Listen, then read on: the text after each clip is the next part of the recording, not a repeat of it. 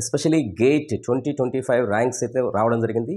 So different ranks అనేవి like like different branches దృష్ట్యా మనకు ranks as well as score and then like placements ఇలా మనకు like ఎక్కడ ప్లేస్ అవుతారు, ఎట్లా హైయర్ ఎడ్యుకేషన్కి ఎవరికి వెళ్ళే అవకాశం ఉంటుంది, లేదా ఈవెన్ జాబ్స్ అనేవి ఎవరికి వచ్చే అవకాశం ఉంటుంది, ఇలాంటిది మనం కంప్లీట్గా అయితే ఈ వీడియోతో డిస్కస్ చేస్తాం. సో బేసిక్గా ఏంటంటే నేను మేజర్గా ఈ గేట్ 2025 ఎవరైతే రాశారో సో వీళ్ళకి నేను మేజర్గా ఏంటంటే కంప్యూటర్ సైన్స్ కానీ and ECE right, say triple R say mech, civil right.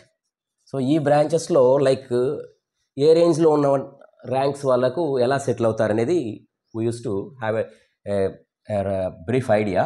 So బేసిక్గా ఏంటంటే నంబర్ ఆఫ్ జాబ్స్ వచ్చేసరికి ఇన్ జనరలీ మేజర్గా మనకు కంప్యూటర్ సైన్స్కి ఈసీఈకి లైక్ మనకు పిఎస్యూస్లో యాజ్ వెల్ యాజ్ డిఫరెంట్ ఆర్గనైజేషన్స్లో కూడా మనకు నంబర్ ఆఫ్ జాబ్స్ ఇక్కడ ఎక్కువగా ఉంటాయి రైట్.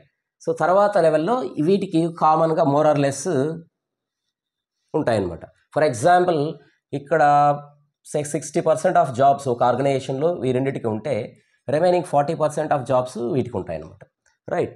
సో అయితే ఇప్పుడు లైక్ గేట్లో ఎవరైతే నేను ఏంటంటే like normally I use to take for a consideration of whoever is appeared more people.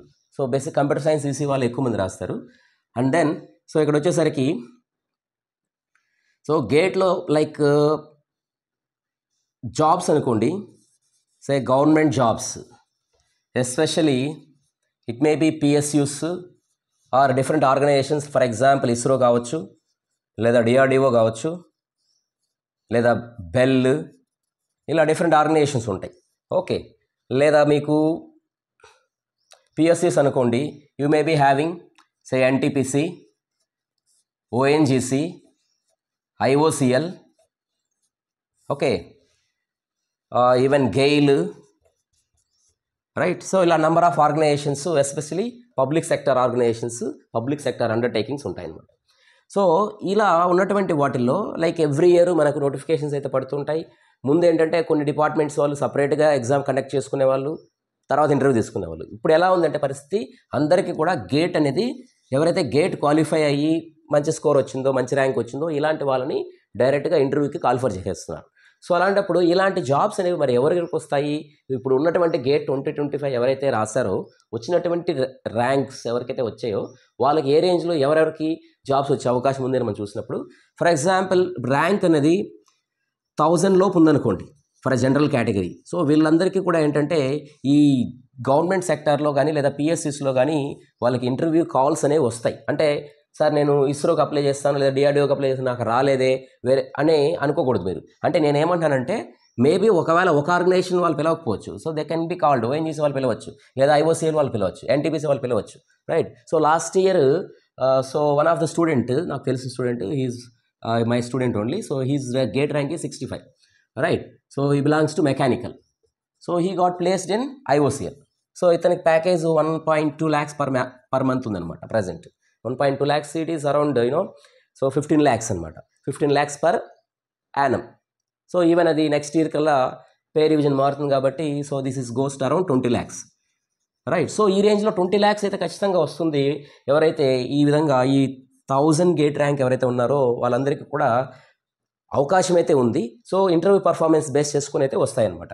So ఒకవేళ అప్పుడు రాకపోయినా మళ్ళీ ఇంకొక 2 years ఎలాగో వ్యాలిడిటీ ఉంది కాబట్టి మళ్ళీ కూడా ట్రై చేయొచ్చు రైట్. సో కాబట్టి ఏంటంటే లైక్ 1000 లోపు ఉన్నటువంటి వాళ్ళకైతే ఇది ఛాన్సెస్ అనమాట. So maybe even for example BC category అయితే it can be around say 2000 వరకు ఉంటుంది, లేదా ఎస్సీ ఎస్టీ కేటగిరీస్ అయితేకోండి say 4000, or you can say that maybe ST also it maybe around 5000 వరకు కూడా ఉండే ఛాన్స్ అయితే ఉంటుంది అనమాట. అంటే ఇది నేను నార్మల్గా మేజర్గా హయ్యర్ ఏదో ఈసీ కానీ లేదంటే కంప్యూటర్ సైన్స్ కానీ ఆర్ ట్రిపుల్ ఇలాంటి బ్రాంచెస్ మేజర్ బ్రాంచెస్ గురించి అయితే ఇక్కడ నేను చెప్తున్నటువంటి థింగ్స్ అనమాట. సో ఇక్కడ around 20 lakhs per annum package అయితే ఉండేటటువంటి జాబ్స్ ఇవి.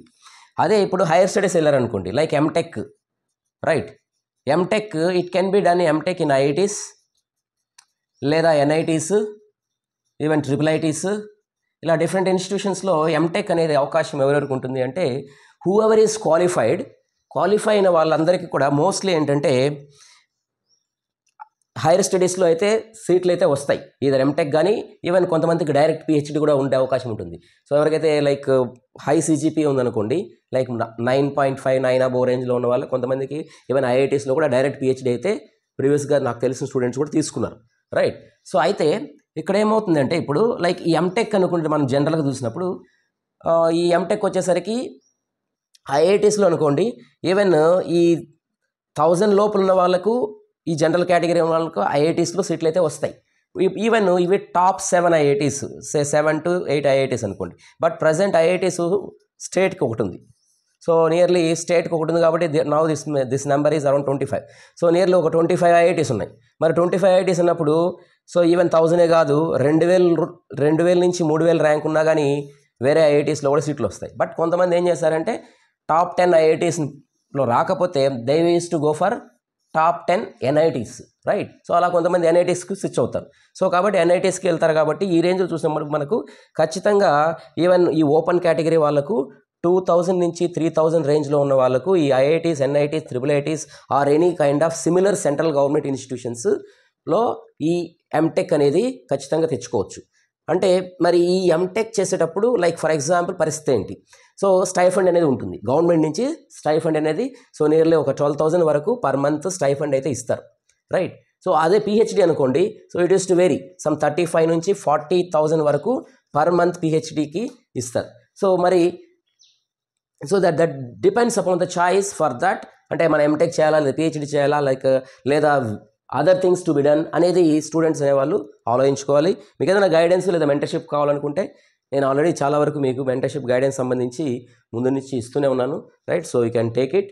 సో నేను డిస్క్రిప్షన్ బాక్స్లో లింక్ అయితే ఇస్తాను. So you can take for membership for taking the guidance, okay.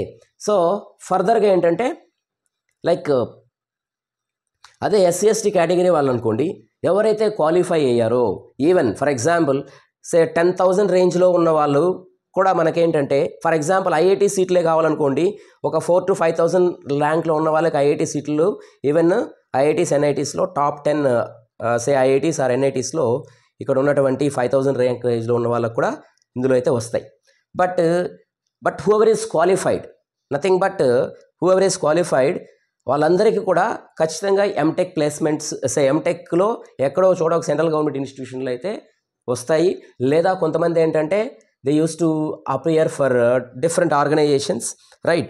So అందులో కూడా మనకేంటంటే లైక్ జేఆర్ఎఫ్ అని, జూనియర్ రీసెర్చ్ ఫెలోషిప్ అని, లేదా ఈవెన్ మనకు ప్రాజెక్ట్ అసోసియేట్స్ అని, ఇలాంటి జాబ్స్ అన్నీ కూడా number of jobs especially central గవర్నమెంట్లో లైక్ 2 years టైము లేదా 3 years టైము ఇలా ఉంటాయన్నమాట. వీటికి శాలరీ అనేది అరౌండ్ ఒక it is around some 35,000 to 40,000 రేంజ్లో.